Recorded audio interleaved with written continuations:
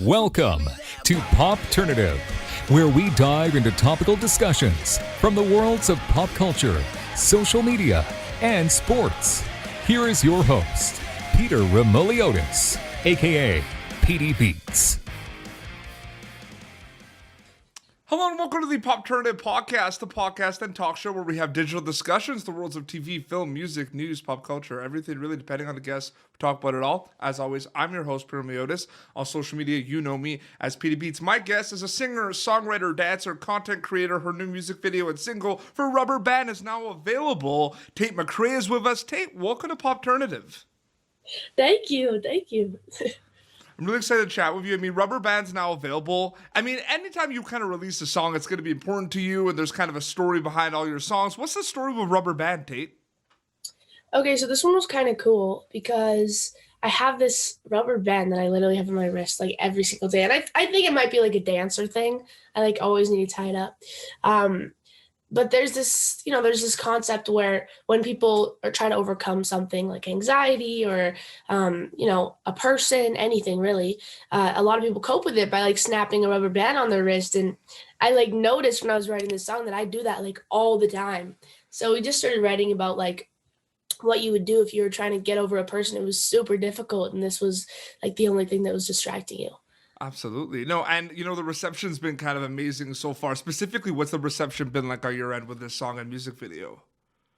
It's been really good. I mean, I'm really happy with how people are reacting to it. I think they like it. You don't really ever know, because numbers like don't even mean anything at the beginning, or even so it's hard to tell. I just try to read through as many comments as I can, but it's hard. When I did my intro, I basically introduced you as singer, songwriter, dancer, content creator. You do wear many hats, Tate McRae. How important is it for you to wear many hats and not just sing and not just dance and not just create content? Well, I think they all work hand in hand. Absolutely. Like, you have to be constantly working yourself out there and putting out your best content. I mean, like singing and dancing have like always been a passion of mine for forever. So to be able to do the both of them and combine them in music videos and write songs, and they're all like kind of just like my outlets for me. So I feel pretty lucky that I get to do them all and people can see it. Oh, absolutely. You are fresh off a fantastic performance on The Tonight Show with Jimmy Fallon. You broke me first. I feel like a lot of people don't realize that those performances are a beast on their own. The preparation for those performances on shows like The Tonight Show or award shows. Like, I think a lot of people know about it, but like, can you confirm, like, there's a lot of preparation that goes into those performances, Tate?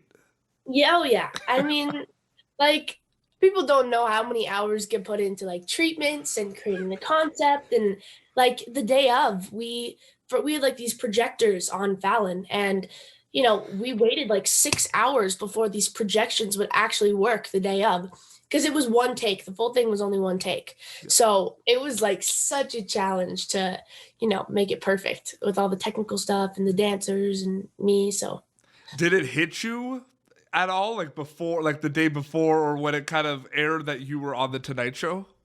Yeah, it definitely hit me when I like watched it back after, because I was like, what am I doing? Like, I can't believe this is real. I'm the biggest fan of Jimmy Fallon, so I was freaking out. Oh, absolutely.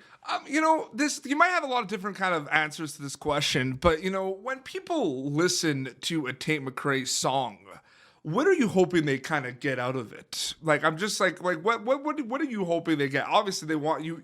The obvious answer is, you want the song to go on repeat. They want to listen to it all the time. But are there ever things like what do you hope they get out of a Tate McRae song?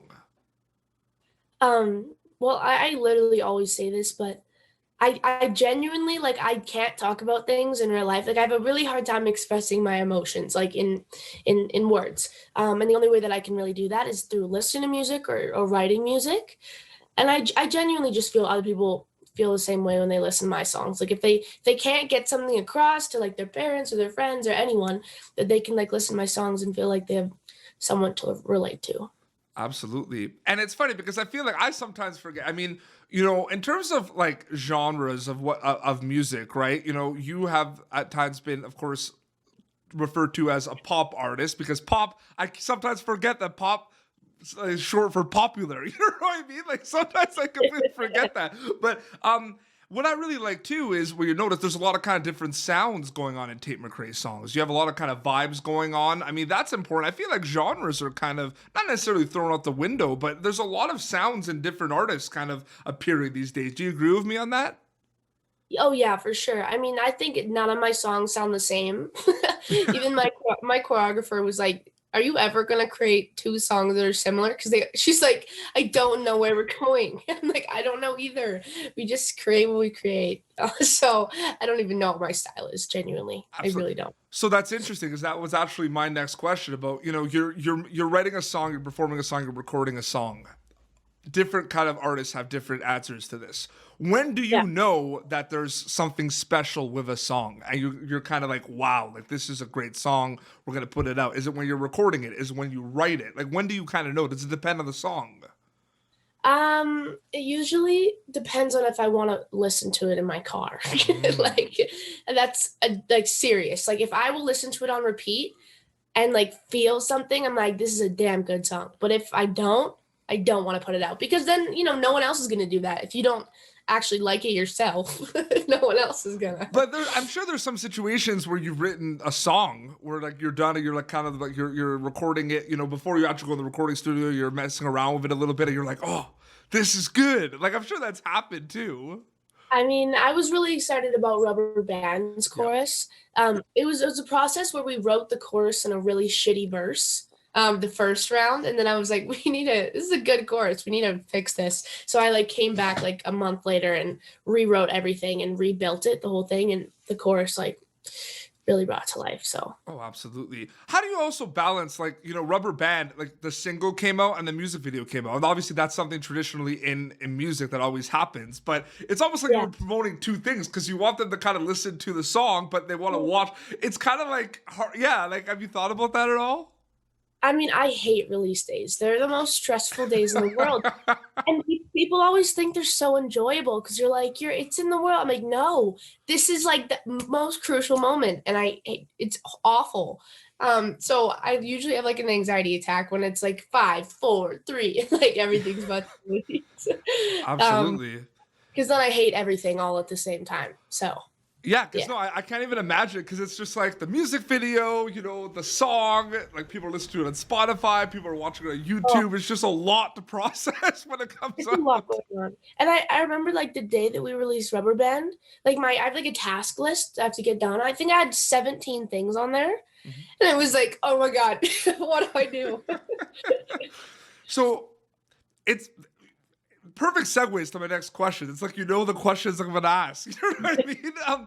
But the content creation stuff is really interesting because you have a very good following on TikTok. You have a very good following on Instagram. You constantly pump out content for your fans and interaction and everything, and it's amazing. Instagram lives, all the TikTok dance videos. I find it very interesting. Do you notice, Tate, that we're in a world now where you said they all go hand in hand, the singing, the dancing, and everything. But content creator, I mean, I can refer to you as a musician, but I could also refer to you right off the top as a content creator because musicians are always creating content. Have you thought about that? Like the content creator title is kind of sneaking its way in a little bit.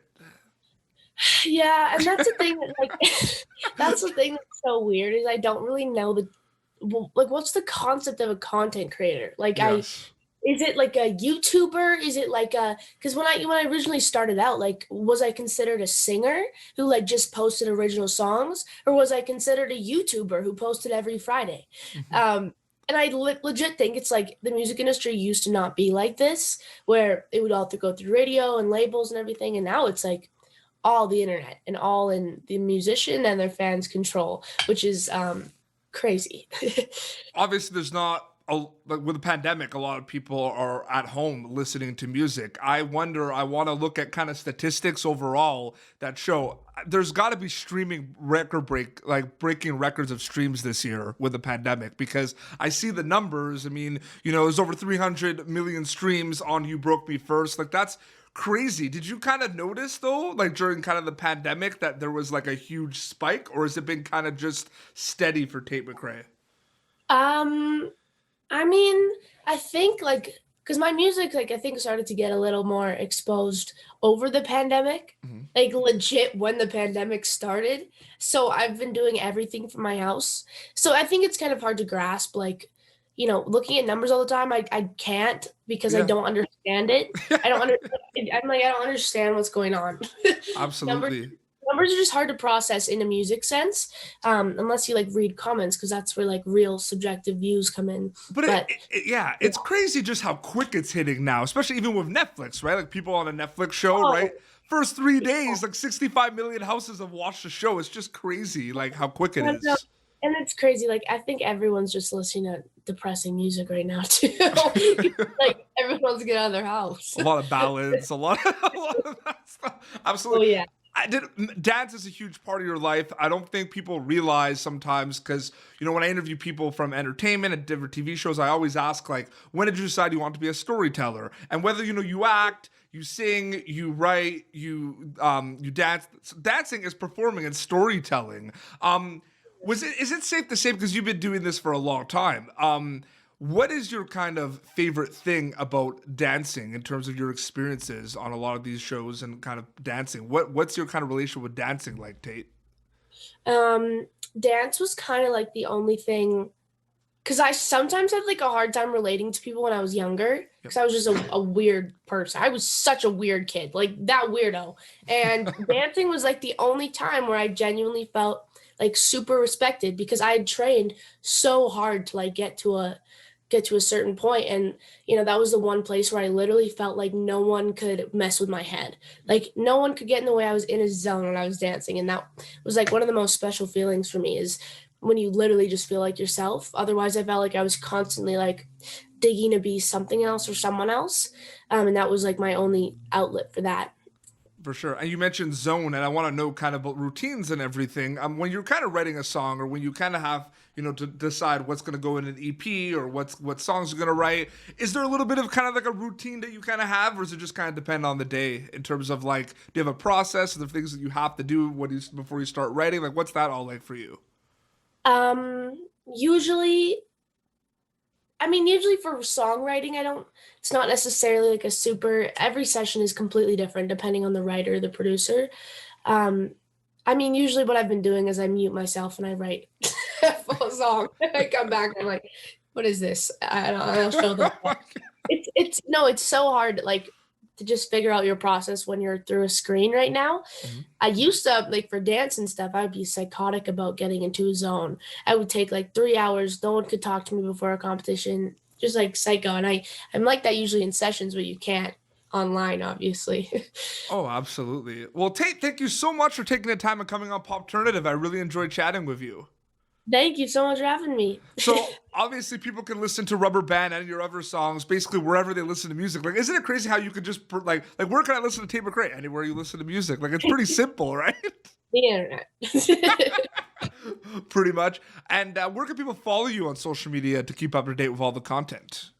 Instagram, Twitter, TikTok, just Tate McRae. Yeah, absolutely. Well, seriously, thank you so much for doing this. Congrats with the success of all your songs, including Rubberband. It's really fantastic. I love the music video as well. And I continue to wish you all the best. Let's keep the Tate McRae just kind of momentum, just hopes it just continues. It's awesome. Congrats. Thank you. So nice meeting you. Yeah. Well, this has been Popternative, youtube.com/Popternative. For previous episodes, you can catch Rubberband wherever you listen to music. You watch a music video now by Tate McRae. Until next time, this is Tate McRae and PD Beats signing off. Thank you for tuning in to Popternative. Make sure to check out our past episodes of Popternative on YouTube. Be sure to like Popternative on Facebook and follow us on Twitter. This has been an Autograph Communications production.